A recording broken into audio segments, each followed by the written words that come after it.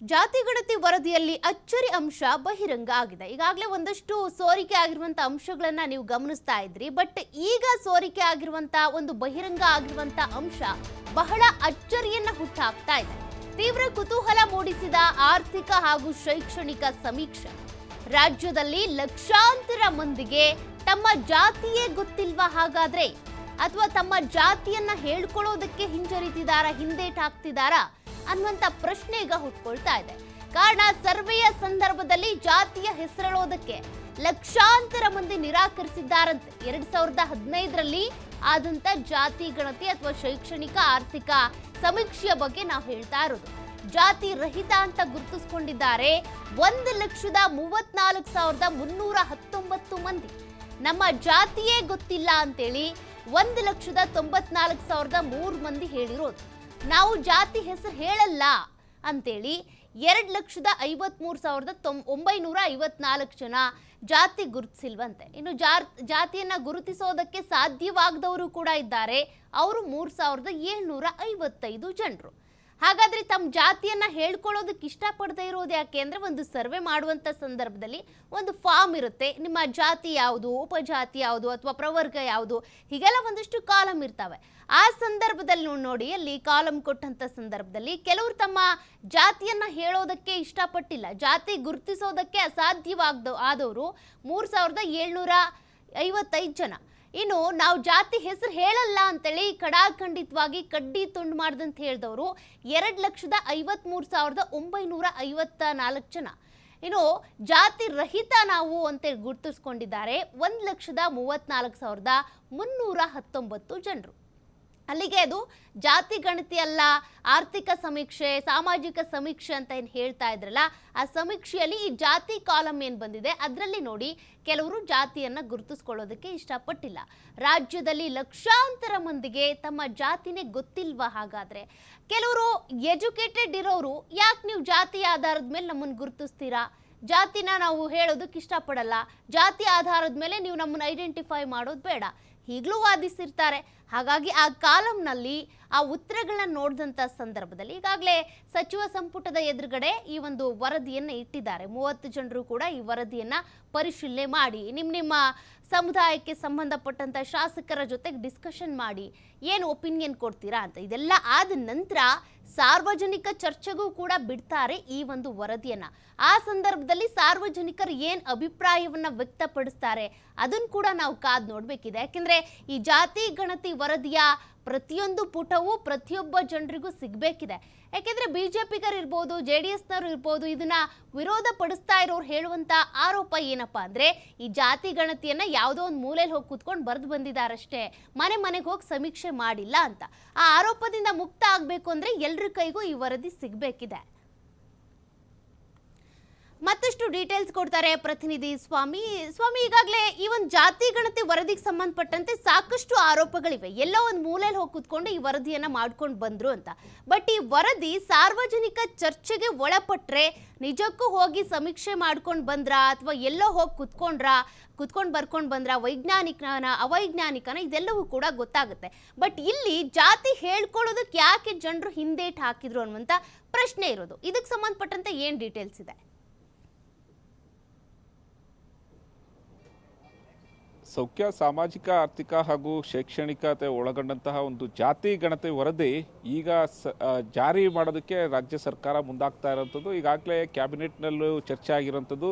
ಜೊತೆಗೆ ಅಂತಿಮವಾಗಿ ಚರ್ಚೆ ಮಾಡಿ ಯಾವಾಗ ಜಾರಿಗೆ ತರಬೇಕು, ಯಾವ ಅಂಶಗಳನ್ನು ಜಾರಿಗೆ ತರಬೇಕು ಅನ್ನೋ ವಿಚಾರಕ್ಕೆ ಸಂಬಂಧಪಟ್ಟಂತೆ ಏಪ್ರಿಲ್ 17ನೇ ತಾರೀಕು ವಿಶೇಷ ಕ್ಯಾಬಿನೆಟನ್ನು CM ನೇತೃತ್ವದಲ್ಲಿ ಕರೆಯಲಾಗಿದೆ. ಈಗಾಗಲೇ ಸಾಕಷ್ಟು ಜಾತಿವಾರು ಕೂಡ ಅಧಿಕೃತವಾಗಿ ಮಾಹಿತಿ ಸಿಕ್ಕಲಿಲ್ಲ ಅಂದರೂ ಕೂಡ ಒಂದಿಷ್ಟು ಮಾಹಿತಿಗಳು, ಯಾವ ಸಮುದಾಯ ಎಷ್ಟೆಷ್ಟು ಜನಸಂಖ್ಯೆ ಇದೆ ಎಂಬ ಮಾಹಿತಿಗಳು ಲಭ್ಯ ಆಗ್ತಾ ಇರೋಂಥದ್ದು. ಮಾಹಿತಿಗಳು ಲಭ್ಯ ಆದ ಬಳಿಕ ಈಗ ರಾಜಕೀಯ ಜಟಾಪಟಿಗೂ ಈಗ ವೇದಿಕೆ ಸೃಷ್ಟಿಯಾಗಿರುವಂಥದ್ದು. ಒಂದು ಕಡೆ ಈಗಾಗಲೇ ಇದು ಅವೈಜ್ಞಾನಿಕವಾದಂಥ ವರದಿ, 10 ವರ್ಷಗಳ ಹಿಂದೆ ಆಗಿರೋಂಥ ಒಂದು ವರದಿ ಅಂತ ಸಾಕಷ್ಟು ಅಸಮಾಧಾನ ಹಾಗೂ ಆಕ್ಷೇಪಗಳು ಕೂಡ ಈಗಾಗಲೇ ಹೊರಹಾಗ್ತಾ ಇರೋಂಥದ್ದು. ಒಂದು ಕಡೆ ಪ್ರಬಲ ಸಮುದಾಯಗಳಾದ ಲಿಂಗಾಯತ ಹಾಗೂ ಒಕ್ಕಲಿಗ ಸಮುದಾಯಗಳ ನಾಯಕರು ನೇರವಾಗಿ ಜಾತಿ ಜನಗಣತಿಯನ್ನು ವಿರೋಧಿಸುತ್ತಿದ್ದಾರೆ. ಇದನ್ನು ಜಾರಿಗೆ ಜಾರಿಗೆ ತರಬಾರ್ದು, ವೈಜ್ಞಾನಿಕವಾಗಿ ಮತ್ತೆ ಸರ್ವೆ ಮಾಡಿಸಿ ಜಾತಿ ಜನಗಣತಿ ಮಾಡಿಸಿ ಅನ್ನೋದು ಕೂಗು ಈಗಾಗಲೇ ಶುರುವಾಗಿರುವಂಥದ್ದು. ಈ ಎಲ್ಲದರ ನಡುವೆ ಈಗ ಮತ್ತೊಂದು ಮಾಹಿತಿ ವರದಿಗಳು ಲಭ್ಯ ಆಗಿರುವಂಥದ್ದು. ಒಂದಿಷ್ಟು ಜನರು ತಮ್ಮ ಜಾತಿಗಳ ಬಗ್ಗೆ ಮಾಹಿತಿ ನೀಡದಲೇ ಇರೋದು ಹಾಗೂ ತಮ್ಮ ಜಾತಿ ಯಾವುದು ಎಂಬ ಮಾಹಿತಿಯನ್ನು ಈ ಸರ್ವೆನಲ್ಲಿ ಕೊಡದಲೇ ಇರುವಂಥದ್ದು. ಹಾಗಾಗಿ ಒಟ್ಟಾರೆಯಾಗಿ ಜಾತಿ ಜನಗಣತಿ ಸಮೀಕ್ಷೆಯಲ್ಲಿ ಒಂದಿಷ್ಟು ಜಾತಿಯಲ್ಲಿ ಗುರುತಿಸಿಕೊಳ್ಳುವಂಥ ಒಂದು ಮಾಹಿತಿಗಳು ಕೂಡ ಈಗ ಬಹಿರಂಗವಾಗಿರುವಂಥದ್ದು ಸೌಖ್ಯ.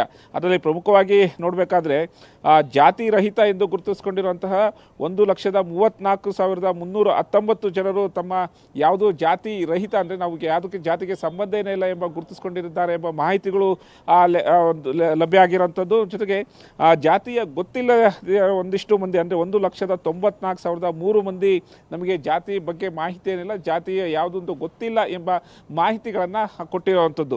ಜೊತೆಗೆ ಜಾತಿ ಹೇಳಲು ನಿರಾಕರಿಸಿರುವಂಥವರು 2,53,954 ಮಂದಿ, ಹಾಗೆ ಜಾತಿ ಗುರುತಿಸಲು ಸಾಧ್ಯವಾಗದೇ ಇರುವಂಥದ್ದು 3,755 ಮಂದಿ.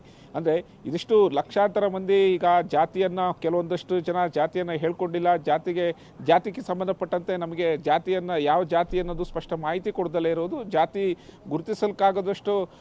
ಆಗದಂಥ ಒಂದು ಜನರು ಕೂಡ ಇರುವಂಥದ್ದು. ಅಂದರೆ ಒಟ್ಟಾರೆಯಾಗಿ ಈ ಜಾತಿ ಜನಗಣತಿ ಅಂದರೆ ಸಾಮಾಜಿಕ, ಶೈಕ್ಷಣಿಕ, ಆರ್ಥಿಕ ವರದಿಯನ್ನು ಒಳಗೊಂಡಂಥ ಜಾತಿ ಜನಗಣತಿಯಲ್ಲಿ ಒಂದಿಷ್ಟು ಈಗ ಮತ್ತೆ ಗೊಂದಲಗಳು ಇರಬೇಕಂತ ಸಮಯದಲ್ಲಿ ಈಗ ಏನು ಜಾತಿಯಲ್ಲಿ ಗುರುತಿಸ್ಕೊಳ್ಳೋದಕ್ಕೆ ಇಷ್ಟಪಡದಂತಹ ಒಂದು ಲಕ್ಷಾಂತರ ಜನರ ಒಂದು ಮಾಹಿತಿ.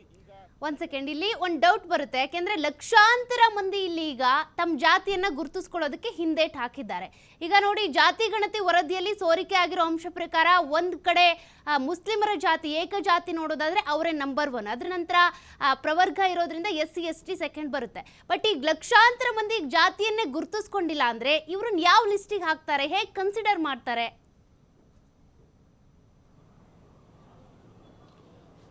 ಖಂಡಿತ ಸೌಖ್ಯ. ಒಂದಿಷ್ಟು ಗೊಂದಲಗಳಿರುವಂತಹ ಮಾಹಿತಿ ಈಗ ಲಭ್ಯ ಆಗ್ತಾ ಇರೋಂಥದ್ದು. ಒಂದು ಕಡೆ ಯಾವ ವರ್ಗಕ್ಕೆ, ಯಾವ ಸಮುದಾಯಕ್ಕೆ ಹೆಚ್ಚಿನ ಒಂದು ಮನ್ನಣೆ ಸಿಕ್ಕಿದೆ ಅನ್ನೋದು ಇನ್ನೂ ಕೂಡ ಅಧಿಕೃತವಾಗಿ ಆ ಮಾಹಿತಿ ಲಭ್ಯವಾಗಿಲ್ಲ. ಆದರೆ ಒಂದಿಷ್ಟು ಮಾಹಿತಿಗಳಂತೂ ಲಭ್ಯ ಆಗಿರುವಂಥದ್ದು. ಈಗಾಗಲೇ ಎಲ್ಲ ಅಂದರೆ ಆಡಳಿತ ಪಕ್ಷ ಹಾಗೂ ವಿಪಕ್ಷಗಳ ನಡುವೆ ಸಾಕಷ್ಟು ಜಟಾಪಟಿಗಳಿದೆ. ಇದು ವೈಜ್ಞಾನಿಕ ಆಗಬೇಕು, ಇದು ವೈಜ್ಞಾನಿಕ ಆಗಿಲ್ಲ ಅನ್ನೋದು ವಿಪಕ್ಷಗಳ ನಾಯಕರ ಅಸಮಾಧಾನ. ಜೊತೆಗೆ ಸ್ವಪಕ್ಷದಲ್ಲೂ ಕೂಡ ನಾಯಕರು ಹೇಳ್ತಾ ಇರೋವಂಥದ್ದು. ಅಂದರೆ ಸಮರ್ಪಕವಾಗಿ ಜಾತಿ ಜನಗಣತಿಯನ್ನು ಮಾಡಿಲ್ಲ ಅನ್ನೋದು ಕೂಡ ಸ್ವಪಕ್ಷ ನಾಯಕರೇ ಹೇಳ್ತಾ ಇದ್ದಾರೆ. ಹಾಗಾಗಿ ಒಂದಿಷ್ಟು ಗೊಂದಲ, ಆಕ್ಷೇಪಗಳು ಈ ಜಾತಿ ಜನಗಣತಿಯಲ್ಲಿ ಇದೆ ಅನ್ನೋದು ಮೇಲ್ನೋಟಕ್ಕೆ ಸ್ಪಷ್ಟ ಆಗ್ತಾ ಇದೆ. ಒಂದಿಷ್ಟು ಸಮರ್ಥನೆಗಳು ಮಾಡ್ಕೊಳ್ತಾ ಇರೋದು ಅಂದರೆ ಇನ್ನು ವರದಿ ಸಂಪೂರ್ಣವಾಗಿ ಯಾರ ಕೈಗೂ ಸಿಕ್ಕಿಲ್ಲ, ವರದಿ ನೋಡಿದಲೇ ವರದಿಯ ಒಂದು ಮಾಹಿತಿಯನ್ನು ಪಡೆದಲೇ ಇದನ್ನು ವಿರೋಧ ಯಾಕೆ ಮಾಡ್ತಾ ಇರೋದು ಅನ್ನೋದು ಕೂಡ ಒಂದಿಷ್ಟು ಜನ ಸಮರ್ಥನೆಯನ್ನು ಮಾಡ್ಕೊಳ್ತಾ ಇರೋಂಥದ್ದು. ಅಂದರೆ ಸರ್ಕಾರದ ಕೆಲ ಸಚಿವರು ಸಮರ್ಥನೆಗಳನ್ನು ಮಾಡ್ಕೊಳ್ತಾ ಇರೋದು, ವರದಿಯಿಂದ ನಮ್ಮ ಕೈ ಸಿಕ್ಕಿಲ್ಲ, ಯಾವ ರೀತಿ ಅಂಕಿಅಂಶಗಳನ್ನು ನೀವು ಹೇಳ್ತೀರಾ, ಯಾವ ರೀತಿ ಯಾವ ಸಮುದಾಯಕ್ಕೆ ಎಷ್ಟು, ಯಾವ ವರ್ಗಕ್ಕೆ ಯಾವ ಪ್ರವರ್ಗ ಕೊಟ್ಟಿದ್ದಾರೆ ಎಂಬ ಮಾಹಿತಿ ಯಾವ ರೀತಿ ಒಂದು ಚರ್ಚೆ ಮಾಡೋದು, ಯಾವ ರೀತಿ ಅವರಿಗೆ ಮೀಸಲಾತಿ ಸಿಗಬೇಕು ಅನ್ನೋದ್ರ ಬಗ್ಗೆ ಈಗಲೇ ಯಾವ ರೀತಿ ಒಂದು ಚರ್ಚೆ ಮಾಡಬೇಕು ಅನ್ನೋದು ಸದ್ಯ ಜಟಾಪಟಿಗೆ ಕಾರಣ ಆಗಿರುವಂಥದ್ದು. ಹಾಗಾಗಿ ಏಪ್ರಿಲ್ 17ರ ಬಳಿಕ ಈ ಜಾತಿ ಜನಗಣತಿಯ ಒಂದು ವರದಿ ಎಲ್ಲರ ಕೈಗೆ ಸಿಗುತ್ತೆ. ಆ ನಂತರ ಸರ್ಕಾರ ಯಾವ ರೀತಿ ಒಂದು ನಿರ್ಧಾರ ತೆಗೆದುಕೊಳ್ತಾರೆ. ಈಗಾಗಲೇ CM ಸಿದ್ದರಾಮಯ್ಯನವರು ಹೇಳಿರೋಂಥದ್ದು, ನಾನು ಜಾತಿ ಜನಗಣತಿಯನ್ನು ಜಾರಿಗೆ ತಂದೇ ತರ್ತೀನಿ ಎಂಬ ಘೋಷಣೆಯನ್ನು ಮಾಡಿದ್ದಾರೆ. ಹಾಗಾಗಿ ಏಪ್ರಿಲ್ 17ರ ಬಳಿಕ ಯಾವ ರೀತಿ ಈ ಜಾತಿ ಜನಗಣತಿಯನ್ನು ಜಾರಿಗೆ ತರ್ತಾರೆ, ಯಾವ ರೀತಿ ಒಂದು ಕಾರ್ಯಗತ ಆಗುತ್ತೆ ಅನ್ನೋದು ಕೂಡ ಸಾಕಷ್ಟು ಕುತೂಹಲ ಮೂಡಿಸಿರುವಂಥದ್ದು ಸೌಖ್ಯ. ಥ್ಯಾಂಕ್ ಯು ಸ್ವಾಮಿ ಡೀಟೇಲ್ಸ್ಗೆ.